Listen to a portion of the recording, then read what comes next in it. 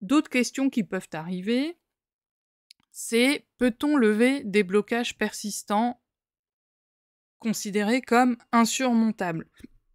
Ou à l'inverse, subir des blocages avec les pilotages, justement. Oui, les pilotages, par nature, sont conçus et pensés pour enlever les blocages en rapport avec les thématiques concernées. Donc c'est déjà prévu puisque je pense très très intensément ces constructions. Elles sont très réfléchies, très argumentées, très diligentes et très pointilleuses. Voilà.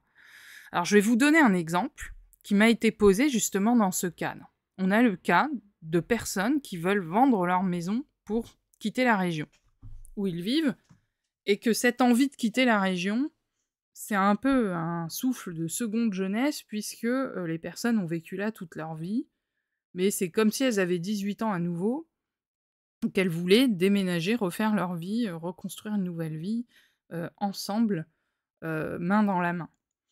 Et c'est arrivé justement au moment où elles ont commencé les pilotages sonores, et des pilotages sonores qui n'avaient pas forcément à voir avec le sujet qu'on va évoquer là, qui concerne plutôt les aspects corps physique, mais comme tout est connecté, le psychologique, l'économique, le physique, tout est interconnecté.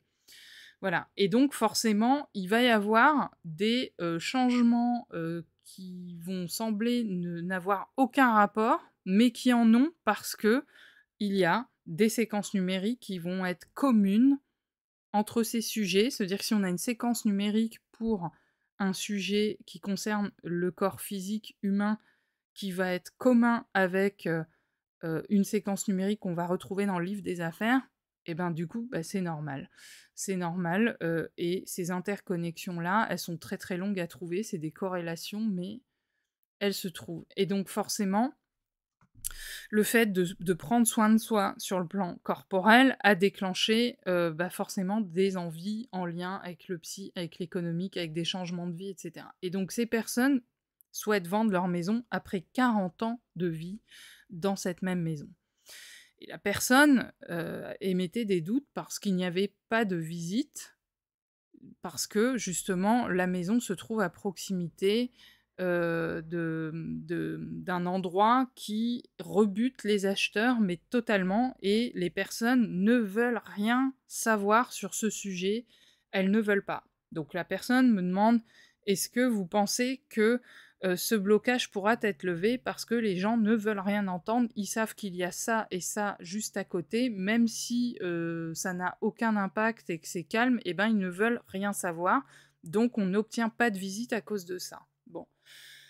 La recommandation a été de dire à cette personne d'écouter en boucle la musique, elle a accepté d'essayer pour résoudre ce problème. Et je la remercie d'avoir fait confiance en mes conseils et d'avoir acheté cette musique tout simplement. 24 heures plus tard, presque à la minute près, la personne m'envoie un mail pour m'expliquer qu'elle avait reçu des demandes de personnes qui, au contraire, souhaitaient acheter uniquement dans ce quartier-là, qui, 24 heures avant, repoussait les gens, faisait qu'ils ne voulaient surtout pas y venir. Donc, ce qui s'est passé, c'est que ça a déclenché une augmentation du nombre de visites, au bout de 24 heures, en tout cas des demandes. Donc, on augmente statistiquement les probabilités qu'une vente se fasse. Donc ça, c'est une affaire à suivre qui est très, très, très importante. Voilà, qui est en cours, mais vous voyez, les effets sont très rapides, puisque 24 heures plus tard, 24 heures avant, elle me disait « Mais personne ne veut venir, vous pensez que ça va aider, tout ça ?» Bah oui, voilà. Et les personnes ont écouté en boucle, se sont concentrées uniquement sur cette problématique, ont laissé les autres de côté juste pour se concentrer sur cette question-là, et ont débloqué dans les 24 heures des demandes qui étaient tout à fait opposées à celles qu'elles avaient précédemment. Voilà. Pourquoi ? Parce que le pilotage va faire en sorte que des besoins convergent. C'est-à-dire qu'on va organiser la matière autour de nous pour que des besoins sincères et réels puissent se rencontrer. Et là, c'est le cas parce que les personnes vont vouloir habiter dans cet endroit-là pour plein de raisons différentes. Mais le truc, c'est qu'il faut que ça rende les choses visibles. Voilà. Bon. À l'inverse, il peut arriver aussi que les pilotages bloquent une situation ou une trajectoire si elle est involutive et pas du tout adaptée à la situation. Donc ça arrive régulièrement, mais c'est parce qu'il faut pas y aller. Voilà. Même si dans les apparences c'est tout beau, tout neuf, bah, il y a une raison derrière qui est cachée, qu'on ne sait pas encore, parce qu'il n'y a que Dieu qui sait ce qui est bon pour nous et ce qui est mauvais pour nous. Et voilà, je vais vous donner un exemple vraiment très très simple qui me concerne moi. C'est qu'avant de déployer pleinement les pilotages sonores, sachant qu'au début, voilà, j'y allais à tâtons, je savais pas trop si ça fonctionnerait ou pas, etc.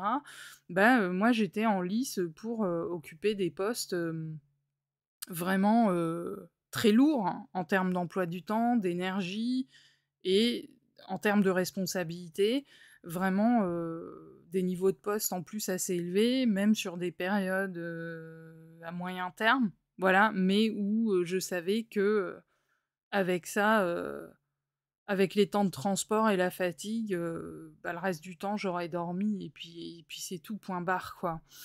Et sur ces process-là, à chaque fois, je me suis défoncée. Ça veut dire que j'ai été bonne dans les process. C'est-à-dire que, on a des couches successives. C'est-à-dire qu'au début, on va recevoir 3000 candidatures, on va en garder, allez, peut-être 10. Déjà, quand on fait partie des 10 qu'on nous contacte pour un rendez-vous, c'est que déjà, on est bien parti, mais c'est pas encore fini parce qu'après, il y a une compétition qui va durer sur 2, 3, 4 rendez-vous. Et puis qu'en définitive, bah, ils vont en choisir qu'un. Et donc j'ai fini première sur ces poules-là. Et puis parfois ça a bloqué parce que les gens étaient de mauvaise foi tout simplement, ce qui arrive tout le temps malheureusement. Et surtout dans mon secteur, les gens mentent et manipulent énormément pour nous forcer à aller sur des missions auxquelles on voulait pas aller parce que elles durent pas longtemps. Et donc voilà, et ça, c'est des difficultés qu'on rencontre vraiment quotidiennement, surtout quand on est dans l'ingénierie et le conseil. Voilà, c'est quelque chose de très fréquent, on s'en plaint tous. Voilà, et on a vraiment enlevé tout sens à l'honneur et au travail comme ça. Bon, alors, ça a bloqué jusqu'à ce que je sature complètement, parce qu'il m'arrive régulièrement de saturer quand il y a un trop-plein de certaines choses. Voilà, ça arrive. Et là, j'ai complètement saturé. Et j'ai dit stop, je jette l'éponge, tant pis ce qui m'arrive, sachant que je prenais un risque énorme. Donc j'ai stoppé mes recherches, ralenti, mais vraiment de manière drastique, parce que c'est le genre de truc qui occupe des journées entières, et ça laisse pas de place vraiment, ou très peu de place à faire d'autres choses. Et donc là, j'ai eu le pressentiment, à travers ça, qu'il fallait se consacrer uniquement aux compositions de musique, justement, sans comprendre vraiment à ce moment-là que la portée de ce travail allait fournir vraiment des gains importants aux personnes et des effets pas prévus. Voilà. Donc, je me suis concentrée exclusivement là-dessus et ça a porté ses fruits, effectivement, et ça a permis à des personnes de pouvoir obtenir des gains importants en termes d'amélioration de qualité de vie ou sur tout un tas de sujets. On a vraiment généralement de bons résultats. Mais il faut être dans un esprit positif pour obtenir des résultats, sinon voilà, c'est pas possible. Si on continue de s'enliser dans la négativité, dans le pessimisme, on n'y arrive pas. Voilà. Donc ça, c'est à vous de vous mettre d'accord avec vous-même, avec votre conscience, pour comprendre, moi, je veux vraiment bouger, je veux changer. Quel bénéfice j'ai secondaire à ne pas réussir à faire tel ou tel truc, et inversement, quel bénéfice j'aurai à obtenir les gains que je souhaite obtenir, hein, que ça soit en termes de forme physique ou de travail ou d'économie ou de bien-être psychologique, etc., etc. Alors très récemment, il y a quelques jours, j'ai demandé à la médium Isabelle Peter, qui a déjà été interviewée sur cette chaîne, pourquoi telle ou telle opportunité était tombée à l'eau alors que j'étais à chaque fois à 100% sûre d'être prise. Mais vraiment, quoi, voilà, je repartais en me disant, la personne est prête à signer des deux mains, etc. Elle attend, puis là, elle reçoit l'information, Grigory Grabovoy.